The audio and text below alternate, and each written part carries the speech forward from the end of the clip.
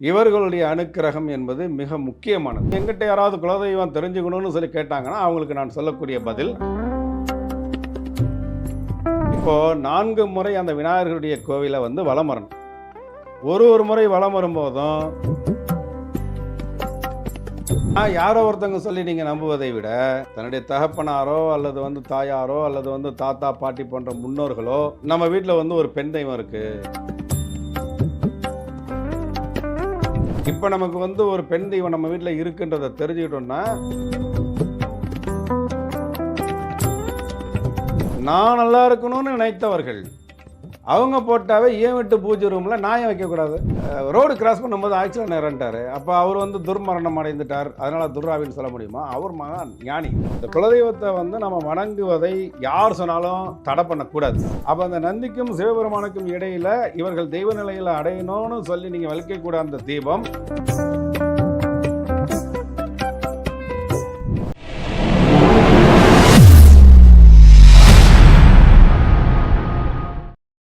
யாரோ டிவைன் நேயர்களுக்கு வணக்கம். குலதெய்வ வழிபாடு சார்ந்து நம்முடைய கேள்விகள் அனைத்துக்கும் பதிலளிப்பதற்காக ஜோதிடர் சித்தர்தாசன் அவர்கள் நம்மளுடன் இணைந்திருக்கிறார். வணக்கம் ஐயா. வணக்கம். நல்லா இருக்கீங்களா? நல்லா இருக்கேன். நீங்கள் எப்படி இருக்கீங்க? நல்லா இருக்கு. நிறைய பேருக்கு அவங்களோட குலதெய்வம் யாருன்னே தெரியாது. அப்படியான சூழலில் ஜோசியம் பார்க்குறவங்கள்ட்ட, அந்த குறி பார்க்குறவங்கள்ட்டலாம் குலதெய்வத்தை கண்டுபிடிச்சி கொடுங்கலாம் போய் கேட்குறாங்க. அப்படி குலதெய்வத்தை தெரியாதவங்களுக்கு அவங்க குலதெய்வத்தை இதுதான் குலதெய்வம்னு சொல்லி கண்டுபிடிக்கிறதுக்கு வேறு ஏதாவது மெத்தட்ஸ் இருக்கா?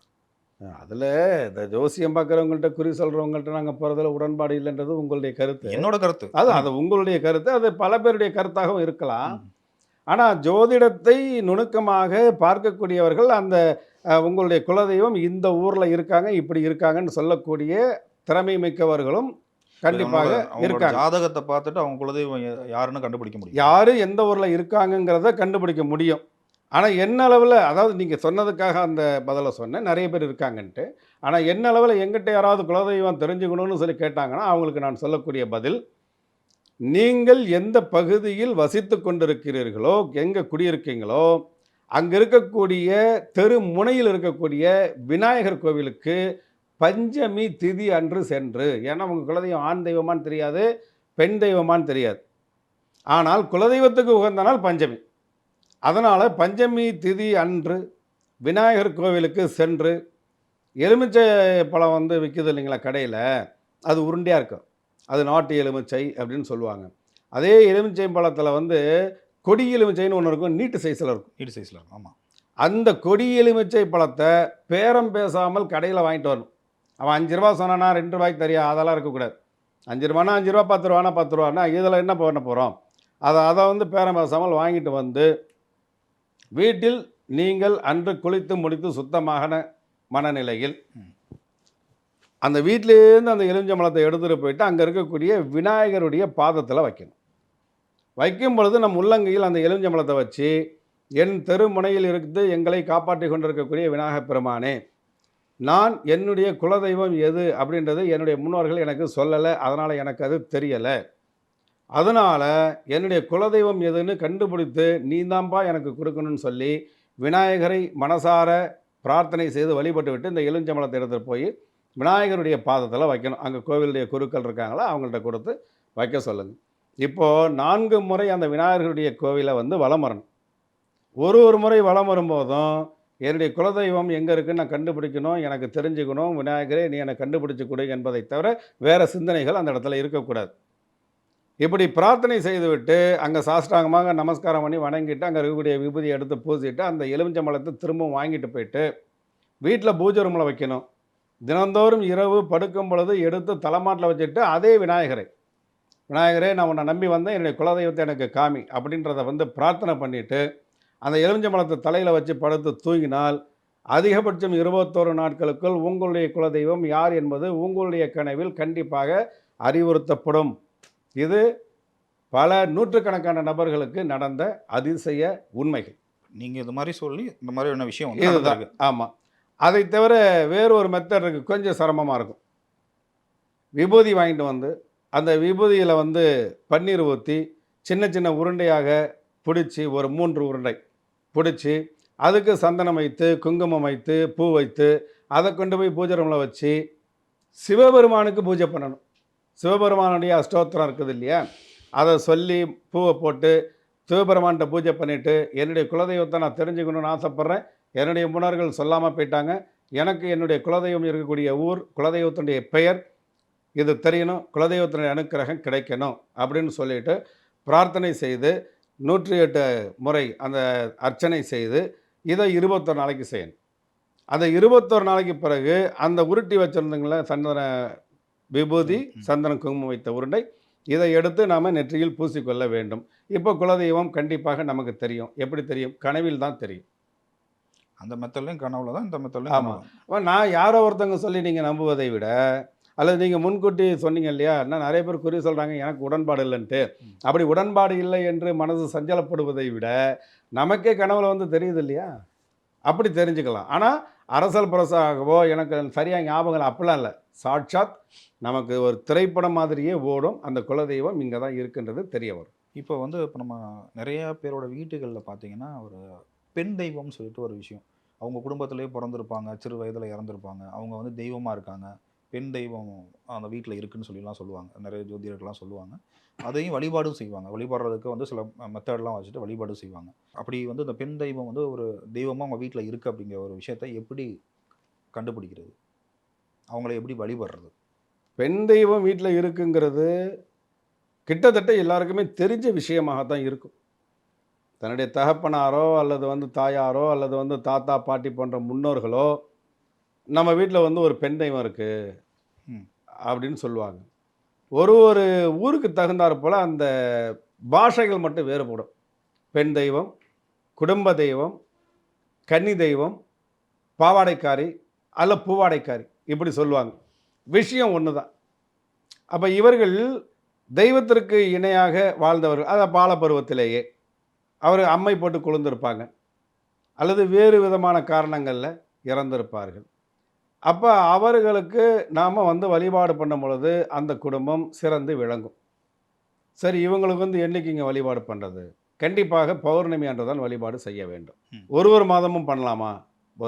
நம்ம வந்து இது வரைக்கும் தெரியல, இப்போ நமக்கு வந்து ஒரு பெண் தெய்வம் நம்ம வீட்டில் இருக்குன்றதை தெரிஞ்சுக்கிட்டோம்னா முதல்ல நம்ம பண்ணும் பொழுது அந்த முதல் பௌர்ணமி அன்னைக்கு வடை பாயசமெல்லாம் வைத்த அறுசுவை உணவுகளோடு அந்த கன்னி பெண்ணுக்கு தேவையான பொருட்களோடு வளையல், பூ, தலையில் வைக்கிறதுக்கு உண்டான பூ, ரிப்பன், மருதாணியை அரைச்சி வைப்பாங்க. இப்போல்லாம் இந்த நகைப்பாலிசெல்லாம் வந்திருக்கு. அவர்கள் விருப்பப்படக்கூடிய மருதாணி.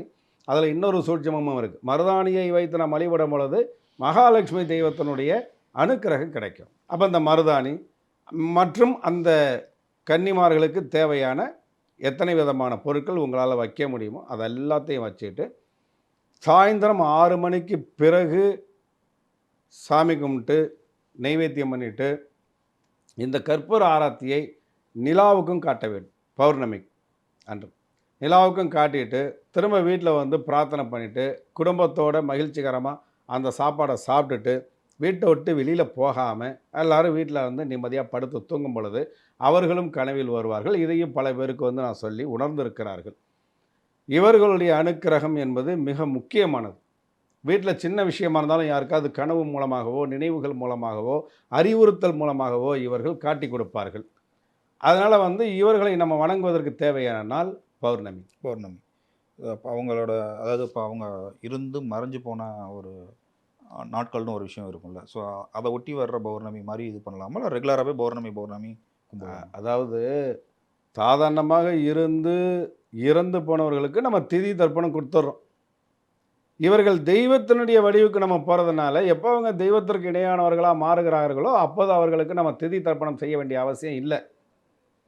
சாதாரணமாக மாத நேரங்களில் வரக்கூடிய ஏதாவது ஒரு பௌர்ணமி அதை தேர்ந்தெடுத்துக்கலாம். நிச்சயமாக. இப்போ நம்மளோட முன்னோர்களோட புகைப்படத்தை வந்து வீட்டோட பூஜை அறையில் வச்சு சாமி கும்பிடக்கூடாது, அதுக்குன்னு ஒரு திசையை சொல்லி இந்த திசையில் தான் வச்சுக்கணும் அப்படின்னு சொல்கிறாங்க. அப்படி பூஜை அறையில் வச்சு அவங்கள கும்பிடக்கூடாதுன்னா ஏன் கும்பிடக்கூடாது? அதாவது நிறைய பேருக்கு அந்த கருத்துக்கள் இருக்கும். என்ன ஃபாலோ பண்ணுறவங்களுக்கு நான் சொல்லி தங்களுடைய குடும்பத்தில் இருந்து இறந்து போனவர்களுடைய ஃபோட்டோவை இன்றளவும் பூஜை அறையில் தான் வைத்திருக்கிறார்கள்.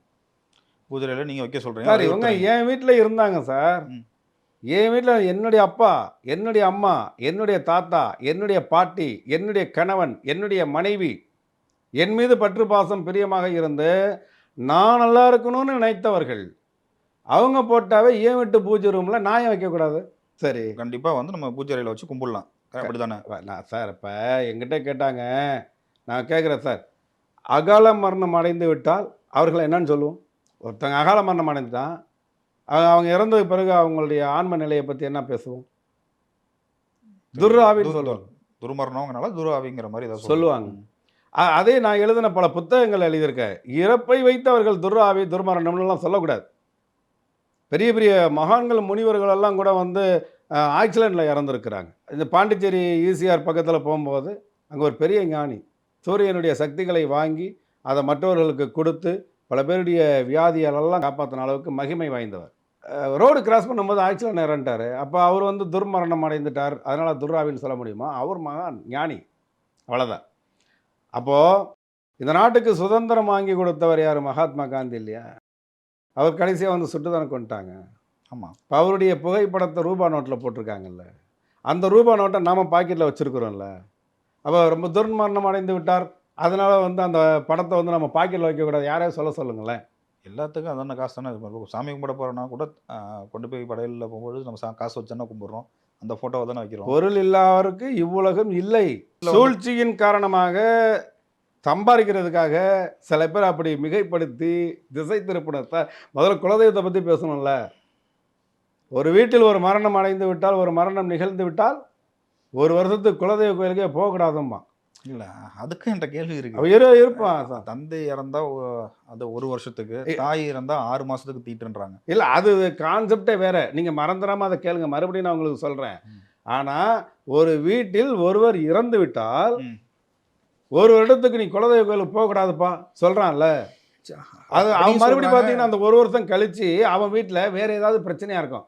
பொண்ணு வயசுக்கு வந்திருக்கும், இல்லை அவசர வேலையாக வெளியில் போவான். அப்போ 2-3 வருஷம் போகாமல் இருப்பான். அப்புறம் இங்கே ஜோசியரை தூக்கிட்டு போங்களேன், நாங்கள் குலதெய்வ வழிபாடு பிரேக் ஆகிருக்கும்பா. அப்போது ஒரு வீட்டில் ஒருவர் இறந்து விட்டால் உடனே கோயிலுக்கு, குலதெய்வ கோயிலுக்கு வந்து போகக்கூடாது அப்படின்றத வந்து நான் ஏற்றுக்கலை. ஒரு குடும்பம் நல்லா இருக்கணும், நல்லா இருக்கணும், முன்னேறணும் அப்படின்ற எண்ணத்துலையும் குடும்பம் சந்தோஷமாக இருக்கணுன்ற எண்ணத்துக்கு நீங்கள் வந்துட்டீங்க அப்படின்னு சொன்னால் தாராளமாக போகலாம். ஆனால் தேங்காய் உடைக்கக்கூடாது, பொங்கல் வைக்கக்கூடாது. இந்த ஒரு வருடம் திதி தர்ப்பணம் நம்ம கொடுக்குற வரைக்கும் குலதெய்வத்தை போய் பார்க்கலாம், வணங்கலாம், நமஸ்காரம் பண்ணலாம், அங்கே இருக்கக்கூடிய பிரசாதங்களை எடுத்து நல்லா பூசிக்கலாம். தேங்காய் உடைக்கக்கூடாது, பொங்கல் வைக்கக்கூடாது. ஆனால் அதுக்கு பதில் ஒரு பூ வாங்கி கொடுக்கலாம், மாலை வாங்கி போடலாம், எலுமிச்சை கனிகள் வாங்கி வைக்கலாம். சரிங்களா? இப்போ இந்த குலதெய்வம் வந்து நம்ம எங்கே ஆரம்பித்து எங்கே போயிருக்கோன்னு பார்த்துக்குங்க. இந்த குலதெய்வத்தை வந்து நம்ம வணங்குவதை யார் சொன்னாலும் தடை பண்ணக்கூடாது. குலதெய்வம் போட்டால் வீட்டில் இருக்கக்கூடாதுன்னு யாராவது சொன்னால், என் குலதெய்வத்தை வைக்காமல் நான் என்னடா பண்ண முடியும்னு சொல்லி அவனை வெளியில் அனுப்பிடலாம் தாராளமாக.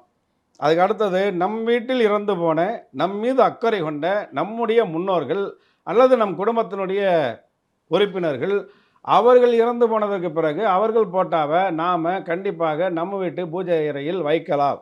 இப்போ நீங்கள் அந்த இன்னொரு விஷயம் சொன்னீங்களா, துர்மரணம் அடைஞ்சாங்கன்னா துர்ஆவின்னு சொல்லி அந்த மாதிரிலாம் சொல்கிறாங்க. அவங்க ஃபோட்டோவையும் வைக்கலாமா? அந்த மாதிரியான ஒரு வீட்டில் ரொம்ப முக்கியமானவங்க, அவங்க நம்ம இந்த மாதிரி இறந்துட்டாங்க, துர்மரணம் அடைஞ்சிட்டாங்க, அவங்க ஃபோட்டோவையும் நம்ம பூஜை அறையில் வச்சு வணங்கலாம் சார். அவர்களுடைய விதி அமைப்பு பிரகாரம், அவர்களுடைய கர்மா பிரகாரம் அல்லது அவர்களுடைய கிரக நிலைகளுடைய பிரகாரம் ஏதோ ஒரு அகால மரணம் அடைஞ்சிருச்சு, அதனால் அவங்க பேய அலைகிறாங்கன்னு நம்ம சொல்ல முடியாது. அதுக்காக தான் நான் சொன்னேன், இப்போ நிறைய கிராம பகுதியில் இந்த திருநெல்வேலியில், தஞ்சாவூர் பக்கம், மதுரை பக்கமெல்லாம் பார்த்தீங்கன்னா மகாலட்சுமியினுடைய ஃபோட்டோவை வச்சு அல்லது அவர்களுக்கு பிடித்தமான வேறு ஏதாவது ஒரு ஃபோட்டோவை வச்சு ஃபுல்லாக வந்து ரூபாய் நோட்டுகளை அதில் வச்சு அலங்காரம் பண்ணிவிட்டு அதை ஃப்ரேம் பண்ணி மாட்டியிருப்பாங்க. ஆமாம். ரூபாய் நோட்டில் காந்தி இருக்கிறாரு, காந்தி அகால மரணம் அடைந்து தான் இருந்தார், அவர் ஃபோட்டோவை போய் நம்ம பூஜை ரூமில் வைக்கிறோமா இல்லையா? அப்போ அகால மரணம் அடைந்தவங்க எல்லாம் தீய சக்தி, துர்மரணம், துர் ஆவிகள் அப்படின்னு நம்ம வந்து கணக்கில் எடுக்க வேண்டியது இல்லை. அவர்கள் வாழுகின்ற போது செய்த புண்ணியத்தை தான் அந்த இடத்துல வந்து கடவுள் வந்து முடிவு பண்ணுறாங்க.